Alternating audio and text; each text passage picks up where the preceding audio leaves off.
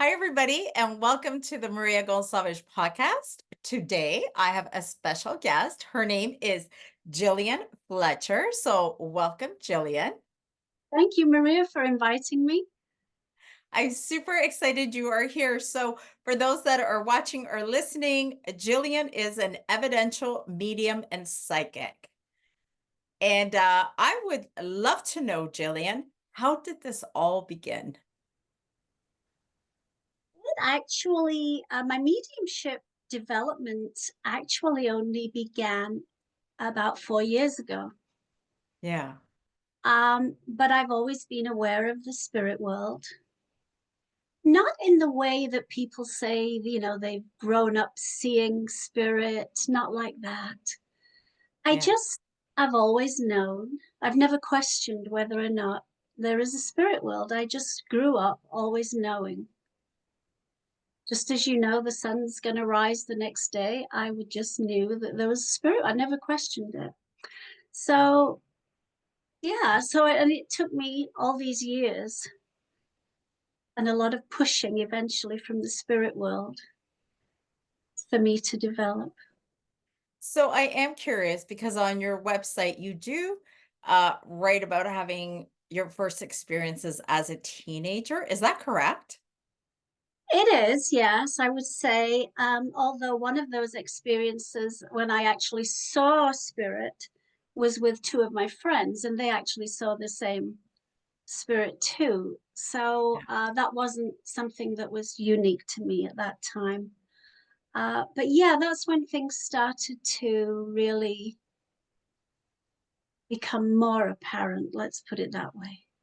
So when you said you saw spirit, can you explain to us what does that mean? Like, did you see spirit like I see you? Was it a Yes. shadow? Like, how was it? Myself and two of my teenage friends from school, Yeah. we were all walking. We were out walking as teenagers do, just hanging out. And in the village where I lived, this was in England, I lived in a little village, and there was a path up a hill to a church. You could take the road, but we, of course, always took the shortcuts. Yeah. And this led to a beautiful countryside area at the top, surrounded by fields. And the if you can imagine the path going up a steep slope for Yes. quite a way, and that steep slope, then the side of it became more, it was sheer, so it became higher and higher. And at the bottom, a river ran along Yeah. the bottom of this steep, sheer slope. So we walked up and we got to the top, and then eventually we arrived near the church. And there was a little wall, probably about knee high, up to the grass, which then brought it to the level of the church graveyard. It was a beautifully lawned area. And of course, as teenagers, we were talking away. So we all stood and made this little circle, and we stood on the path talking. And then you can imagine this graveyard at the side of us. And all of a sudden, this little boy, he looked about, only about just school age, I would say, five, maybe six. But he was skipping across the grass. We were quite happy, and he had on a little tiny cap with a peak, like a school cap, an English Yeah. school cap, uh, shorts that came to his knees, and then knee-high socks, and he was skipping along. And then he came over, he jumped down the little knee-high wall and went between us, and then over to the edge where the fence was so that you didn't fall down the sheer drop. And he went through the fence and disappeared. Oh, We wow. all looked at each other and then realized that he was all in black. It was in different shades of grays, whites, grays, mute, but very, very clear, just like I'm looking at you. And we all Yeah. three saw him. He didn't seem to make eye contact with us at all. He just went on his way, but there's no way he could have gone. That was a sheer drop on the other side of the fence. And the thing about that was that I remember my two friends, we all just looked at each other like deer in the headlights. And I remember my two friends turned and ran, and they ran away down the path. But I Yeah. stood there. I just wanted him to come back. Oh, It was that absolute awe of what I'd just seen and wanting to just wish I could have spent some time with him to understand. So there was never that fear there for me. oh, wow. Has that happened ever since? I've had a couple of occasions where I've seen things. Um, I've sometimes, when you wake in the middle of the night, when you're in that half asleep state, I've sometimes seen symbols and almost geometric symbols that I didn't understand. Yeah. Uh, I once woke and saw a beautiful fish. It looked like it was just hanging in there, and it was the most beautiful colors, like coral colors, but coral that I've never seen before. Yeah. And then as soon as you come into the realization of, oh, what's that? Then they disappear. So it's almost like when you're in that state of half sleep, I guess when your brain waves are in a different state. Oh, wow. That's amazing. So would you say you're more objective clairvoyant then? Um, not, no, I would say more subjectively. So Yeah. I am clairvoyant. I try and use all my clairs together in that knowing. Yeah. Um, but yes, I do see pictures, but Oh, not good. objectively like that. Yeah. I know in the beginning of my mediumship, I used to see objectively. So I would see spirit like I would see you, but I wasn't calm. You seem very calm. I would freak out, be like, ah, who's the extra man in the house? Who's the extra woman? Where did that Yeah. extra dog come from? I believe spirit gives you this beautiful feeling of love. I remember, I would you like me to have another story if you want me to tell you another story Absolutely. of something that I saw? This was in the beginning of my development. Worked as a dental hygienist for 40 years. And when I finally retired, that's when the spirit world started nudging me. I love crystals. And one day I went to a local crystal store in Hamilton. I guess I'm close to you. And they were having a sale. And how can you resist a sale in a crystal store, right? So Yeah. I went and I bought some crystals. And it's strange, on the way home, I got kind of pulled to go into a different store. I went straight to the back, and on the shelf, there was a beautiful silver angel wings. I got them, I bought them, I didn't look at anything else. I came home. So in my bedroom, I have a dresser that's on the wall facing the foot of the bed. And I thought, where shall I put my beautiful crystals that I just bought? Oh, I thought I'm going to put them, clean off my dresser, put them on there and make a beautiful space in the bedroom. So I Yeah. did. Polished the wood, cleaned the mirror, put it, I washed all the crystals, put them out. Oh, they just look beautiful. That night I went to bed a little bit later than usual. And when I came into the bedroom, I looked at the crystals and smiled. And then I looked at the clock and it said 11:11. Now that was a first for me because I'm aware of those angel numbers, but for me, I'd never really been noticing them. But Yeah. that night, it drew my attention. So I went to bed, and I'm a very light sleeper, so I make sure no light comes into the bedroom. I have, Yeah. the windows well covered. And in the night, I woke and I looked at the dresser, looked straight at the dresser, and there was the most beautiful light, like a sphere. Yeah. Right? It just looked a couple of inches around, I would say, or even less. And it was hovering over the crystals, and it would go over and stay over the crystal and Yeah. then move to the next one. And I was just, wow. I just laid there watching this with this, and the room it just was filled with love, like the most Yeah. beautiful feeling that you could soak in, that you could imagine. And, my husband knew that I'd started this journey of mediumship. And it really wasn't his thing, but he was very supportive of me.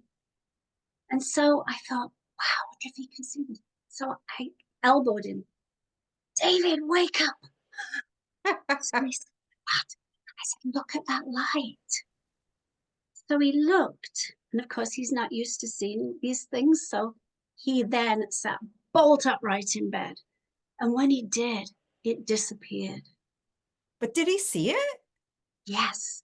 So Oh, the next morning, because afterwards you think, did I really see that? And the next morning I said to him, you saw that light, didn't you? He said, yeah, the green light. I saw it as a white light. He saw it as a green light. yeah. Isn't that cool? I don't know what that means. But yeah, he saw it.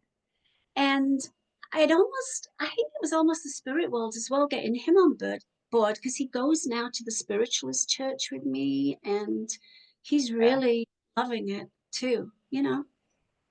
I love that. I know, like for myself, it'll be my medium friends that will have the experience, but not my regular family, like nobody. And then too, when I say family, I don't mean like mom, dad, siblings. I mean like extended family. Like no one has those experiences with me. It's just it'll be me, or if I'm hanging out with another medium or a healer, then we Yes. have the experiences. But I love those experiences because then it validates for you what's happening. And it's like, no, you saw it too. I'm not making this up. Yes, exactly. And I'm so glad that he did. I think that's incredible. So, has your mediumship changed since you were a teenager to present? It has. I mean, as a teenager, I was aware of the spirit world. I knew I could feel spirits, so I could feel that energy shift when spirit comes close. But I never did anything about connecting with spirit. Yeah. So when I found after these, what I call the spirit world pushing me, like these things that were happening in the house, and then I said, right, I better do something with this. And I got the courage to find a mentor. Yeah. I said to him, I have no experience. I don't know how to connect with spirit. I don't know what to do. Would you teach me? And Yeah. he said yes. And he, from the first day, showed me how to connect, and then we went from there. And so, yes, it continually develops and changes um, from yourself from in the beginning, just getting pieces of information and feeling so proud of yourself that they're correct, until you can actually bring through a message that is a moment in time and describe that moment in time and then realize why the spirit person is bringing that moment in time through to Yeah. then show you how that's connected to the message that they want to bring forward for you today. So I think that's beautiful. So when you mentioned mentor, are you with one mentor like many, many years, or have you tried like different workshops here and there? Just sharing with people because everybody's got a different way of developing. I'm with one mentor and I've been with him for the last 4 years. I'd rather stay with one mentor so that I Oh, can really hone those skills. It's a journey that is, for me, it requires great commitment, as you know, Maria. yeah, And uh, for me, developing after retirement, it's not something that I want to take lightly because I want to just commit myself to this one tutor and really move forward as well as I can, yeah, rather than trying to learn two or three different ways and then getting totally confused. yeah, And then I think that would bring my confidence down. yeah. That's just for me. I have a different tutor every year. I get bored. That's just me. and then I feel like I'm with spirit. But you know what? For those that are listening, Jillian and I right now have the same tutor. We're with Andy Bing, who is an incredibly heart-centered medium. If I had to describe him, all heart. And he opens up your heart and he just gets you to do mediumship on such a deeper level, which I absolutely love. But what I love about spirit on my journey, when I have different mentors, I will hear spirit and I will hear their names like, and you will sign up with this mentor this year and you are going to learn. And Andy's name I heard walking my dogs, like, I think a year and a half ago. I was like, "What?" And they're like, "Yes, you're going with Andy now." I was like, "Okay, here we go." But that's the way my guides are just like, "And you're gonna go over here." But I always hear where I'm supposed to go, and I'm just like, "Okay." So, yeah, I find it super fascinating how we get guided to different mentors or stay with the same mentor, how spirit does that for our development, which I think it is so beautiful. Um, so with that, what are you up to now within your mediumship? Still studying, still practicing. Um, I've just set up a website. I do some private sittings.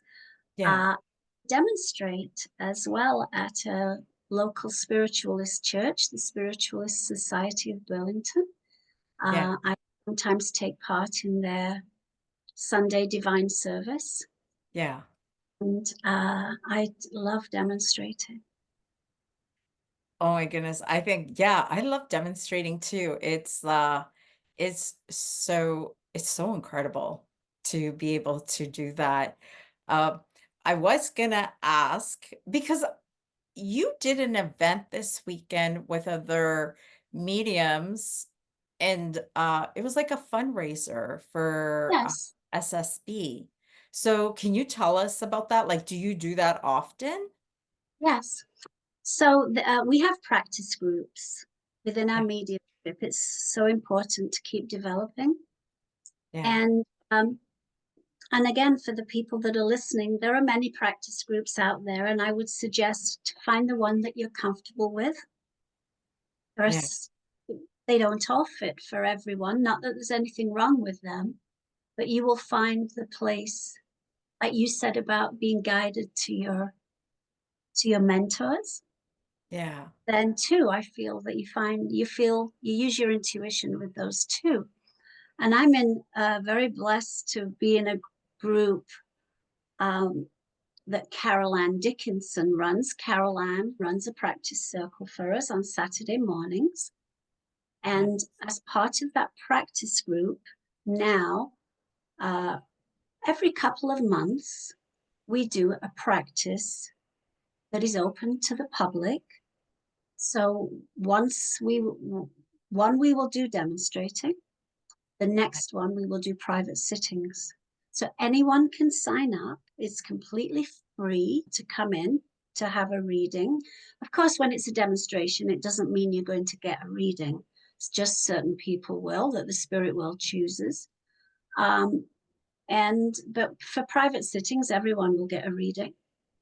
And she puts this on every couple of months. Yeah, that is amazing. And I think too, what you're saying about finding your mediums. Right? That's so important to find a group of mediums that you get along and it's just like you found your tribe, which I think is so yeah, amazing. And I know for those of you that are listening and maybe you're new to this journey, would you recommend them find a mediumship circle, right? absolutely. It's so important. Um, it really is important to have others that can help you to unfold. Yes. Yeah, And then I find too when we do the circles, that people share stories. Other yeah, mediums share stories, and then we don't feel so alone. And I hope as people are listening to your story, that maybe they've had those experiences. And I hope you sharing your story, they no longer feel alone. So, one of my I hope questions that, sorry? I said I hope that too, because going into mediumship, first of all, is a very big commitment, which I love. I wouldn't have it any other way. Yeah. That commitment now is something that excites me. And it's important to keep that excitement, and being with the right group of people can impact Yes. as well. It is Yeah. a very empowering. And then for those that are listening, there are two types of circles. There are the closed circles and there are the open circles. Open circles meaning people drop in each week. So I'm assuming yours is a closed circle, correct? Yes, I would think you'd have to ask Carol Ann if you wanted to Yeah. be or be invited. Yeah. Yeah, So and for those of you that are listening, try different circles and see, yeah, because I know in the beginning of my mediumship, I would try circles and I'd just be like, you know what, this isn't for me until I found the right group of mediums. And then I'm like, oh, this is perfect. I think I've been in one circle. I've been there for, I think, 2, 3 years. And I'm like, I'm not moving. It's good. yes. So true, Maria. And it can also make a difference to the person that is leading the circle. Yeah. Yeah, Oh, absolutely. So for people that are brand new to the mediumship journey, I always like to ask my mediums this question when I'm interviewing you guys. What would you recommend for them? They're brand new and they know they've got mediumistic abilities, probably feeling quite overwhelmed like I did in the beginning of my journey. me What would you too. recommend step one? Step one is having the courage to take step one. Oh, I love that. Um, I remember sitting when things were happening here in the house, like the story about the lights, and I I remember sitting with my husband because I'd asked our mentor, Andy, would he teach me without any experience? And when he said yes, it was one thing asking him, but when he said yes, it was like, oh, am I going to do this? Am I going to make this commitment? And I sat with him and he said to me, Jill, how would you feel if you don't do this? And I said, awful. He said, well, that's your answer. You have to do this. It's like you're being called. And if we have this knowing that we're a medium, it is such a gift I always say to myself, this is not about me at all. Yeah. It's about what I can do on behalf of the spirit world. Think about it. They don't have a voice. Imagine if you had been in spirit for 20 years and you had one chance to say what you needed to say to the person that was left here on earth. Yeah. And we can be that voice to heal, help to heal the people here on earth. But most of all, what about the spirit world?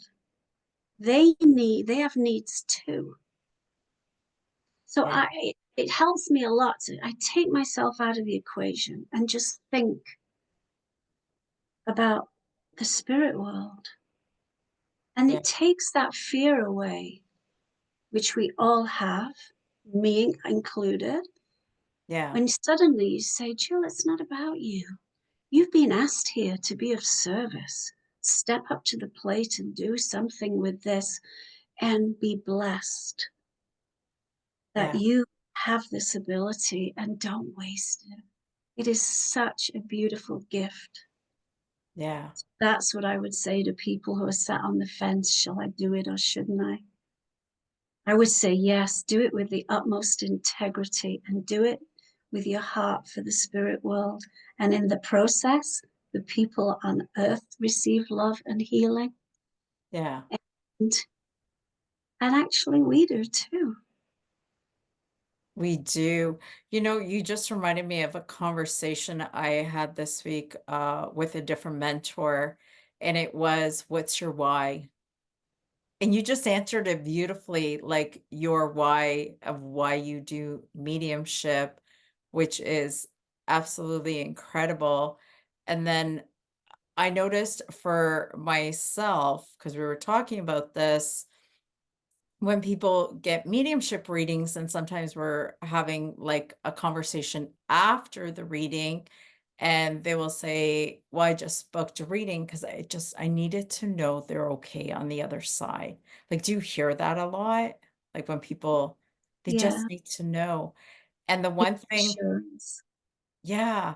And the one thing I noticed for myself, for my experience within my own mediumship, is after the passing of my dad. He passed away Halloween last year. So what, like 3 months ago, 2.5 months ago, that statement now means so much more to me. Oh, that's good. Do you know what I mean? It's like Yeah. when I hear people, I now understand it on such a deeper level. And I've had many people pass away. So I think when you were talking about your why, I was like, yeah, that's why we do it. To be the voice for those that don't have a voice in the I've spirit. noticed, yeah, I've Yeah. noticed too with my mediumship. You asked me how has my mediumship changed, and that's just reminded me of a point there too. I find now with that thought in mind of the needs of the spirit world, that Yeah. now as I'm reading, I try and as we feel the spirit person, and as they bring through a moment in time, I try now to put myself in the place of the spirit person. So, as an example, um, say we're doing a reading and mom or dad comes through for the son or daughter, Yeah. and they bring through a moment in time where perhaps, say, they didn't spend enough time with them, or and they're coming through with an apology for that. But now what's happening is instead of me just giving the moment in time and the story and the apology, I'm getting the feeling now of from the spirit world what it was like from their perspective. Why couldn't they spend that time with you? And it's beautiful because what happens then is they now bring through the side of the story that portrays what was happening in their life at that time that stopped that um, amount of time they could spend or whatever the situation was. Let's say that the person was an alcoholic, just as an example. Yes. Instead of saying, I was an alcoholic and I'm sorry it worked out that way. But now they're going to come through and they say, but this is why I had an addiction. I should have dealt with it and I didn't. And the story then goes on. So the Yeah. compassion comes through so that the person sitting can now have an understanding instead of, oh, you were this, that, and the other, you were an alcoholic and judging. All of a sudden, there's more of an understanding of what it was like for the spirit person that had to deal with that addiction. Yeah. And they can shed some light onto actually what they were going through at the time Yeah. that set that situation in place. And so much healing can occur there. That's what I was thinking. You are so well spoken. And I'm listening to you tell this story, and I'm like, tell me more. What else is, I don't want to interrupt. Where are we going? I was like so in this story. I thought that was so beautiful. But I will add this. My favorite part of watching of being a witness to mediumship demonstrations is what you just spoke about, that moment in time that we as an audience are all invested and emotionally, with our hearts open, and we're all like, how does this story end? What's he going to say next? Is she going to be okay, or he going to be okay? Whoever's receiving the reading, and to watch the trained medium speak words of love and of healing or forgiveness or whatever that entails, but to be a witness to that moment in time for the spirit world. That's my favorite part, like to watch a medium that is trained, that can articulate what that spirit person is coming through, that mom, that dad in the spirit world, their message is so beautiful. I love them. And when within that as well becomes the thing that in our training, Maria, where we don't take control of the reading by asking questions of the spirit person. We just let them speak. We let them express what they want to express. Yeah. I So like it's totally about them and what they need to express. And for us to just try and pass that forward and they know best. yeah. They know what it is that needs to be accomplished in this reading. And I just surrender to them and let them guide me. I think that's beautiful. I will add, because you brought up that kind of reading, which at times can be a difficult reading. And that's why training is so important, because you get trained on how to handle the readings that are not so easy. Because I would imagine that would be a challenging reading to do. Yes. Yeah. Yes, there are times, and there are times it becomes very emotional. Yeah. And yes, we have to use our emotions to feel while we're reading, but there's a point where you have to not dissolve into tears too, which can be very difficult sometimes. Um, to keep the balance of keeping the emotion open but not overflowing, if that makes sense. I know it makes sense to you, but to your viewers. Yeah. Um, but yeah, it's quite a balancing act. It really is. And for those of you listening, what we were talking about is sometimes when we are blending with spirit, you could feel the love is so overwhelming, or the sadness or whatever. And we're in the emotion, and then we could feel the tears coming down. And with our training, we can feel the tears, but still keep the reading and not go into that ugly cry that I do. Exactly. Not on platform. I do not do that on platform. I do that when I'm watching platform, because I'm like, "Oh my god, that's so emotional. Where's the Kleenex? I Uh, need Kleenex. This is so touching my heart." Yes, as a witness to it, not as a medium on platform. and Yeah, that's where having a glass of water handy comes in, because when you feel that you're about to, if you just take a sip, give yourself yeah. a moment, and then back again, you're usually okay. So I am really curious, do you remember the first time you did platform? How I nervous do. were you? Or were you calm? Oh no. I was so nervous. There's a standing joke at the Spiritualist Society of Burlington about me. They have, it's like a bucket that they keep underneath the podium, and I think they use it for watering plants or something. I don't know.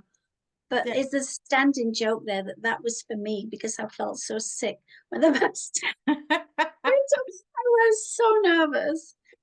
And so they joke about, they'll always pick up the bucket and show me. Um, Yeah, because that's how nervous I was. And that's what I mean about taking the first step forward. You have to say, it's not about me. I am being called. I'm being called for a reason. Trust. Oh, I agree. And for those of you that are listening and you're training and you're like, "Oh, I feel like I need to do platform, but I'm scared." Know that we too were terrified for the first time, and that's normal, right, Jillian? That's completely normal to be scared. Absolutely. But there's one little gem that I could help those developing mediums with. When you're struggling in practice and you think, oh, I can't do this, remember it's practice. The spirit world, you're not just sat there with the people you're with practicing. The spirit world, I believe, are there also training you. Why would they make it easy if it's practice? That's so true. Now, when you step on the platform and a spirit person comes through, this is not practice anymore. Yeah. This might be one chance they've got to, because you often find this one person you go to in the audience is the person that wasn't supposed to be there that day. They don't believe in it. They came because they got dragged along with their wife or whoever, right? Yeah. But now the spirit world has one chance. Why would they make it hard for you? And yes, I'm not saying we don't struggle on the platform, because we have to interpret the information. And that's where the no's are really good, when people will say no, and you have to learn to work out the no's. Don't Yeah. look upon a no as, oh, that's terrible. No, love it. Like solving a puzzle. Like, okay, what's the next piece? Let the next piece come in. And, Yeah. and embrace the no's, Yeah. so that the spirit world are actually helping me. They're guiding me to the next step to work out what it is. I love But also remember that when you're on the platform, if that's the one chance, like I demonstrated on Sunday, and there was someone there that had no intention of being there. Wouldn't you know, he was the first one that spirit came through to. And uh, and so yeah, the spirit wants to get the message through now. So this is not like practice. Yeah. But embrace the no's, be thankful for them, because the spirit world is helping you to get the message right. We got to get it right. Out of Yeah. respect to the spirit world, we must be a clear, good voice for them. Yeah. And so, yeah, it's take the step. If you're called, Just do it. Just do it. yeah, yeah, And we're here to let you know the first time may be scary, but then the second time you're fine. I found the first time I was scared out of my mind, but what I will say this, but once I was on the podium, you're stepping into that energy of the spirit world and all the nerves melted away. different. So when you're waiting to go on, there they are. Because I still get nervous. Yeah. And the minute you're on there and you step into the power, everything. I've even had times when I don't feel well, and I Yeah. thought I have to show up. Yeah. And minute you're in the power, even that goes, and you'd feel great for that moment that you're being of service. Wow. You know what? It has been such a pleasure talking to you today. I've learned so much, and I hope those that are listening, aspiring mediums, that this conversation inspires you to take that first step. And then, too, remember, if you're taking that first step and you have these mediumistic abilities, it doesn't mean you're hanging up a shingle, and joining the psychic fair the following week and doing venture readings, but you're you're just taking that first step to listen to your soul's calling, and then just have fun and see where it leads, and just be Exactly, open. Yeah. because it can lead in different ways. It doesn't all mean we're going to be a medium that sits and does readings for people. It can lead to many. Even just developing your own spirituality is Yeah, huge. Your own soul growth. absolutely. So if people want to reach out to you, Jillian, what is the name of your website? It's my name, Gillian Fletcher. So Gillian with a G, gillianfletcher.com. Okay, and her email is gillian.medium@gmail.com. I will have all her contact information up. And I just want to say thank you for spending this time with us. It was just so lovely to be with you. You're so calming to be in your presence. I love it. Thank you for asking me, Maria. It's been a pleasure. Thank you. Okay, goodbye everybody. Bye.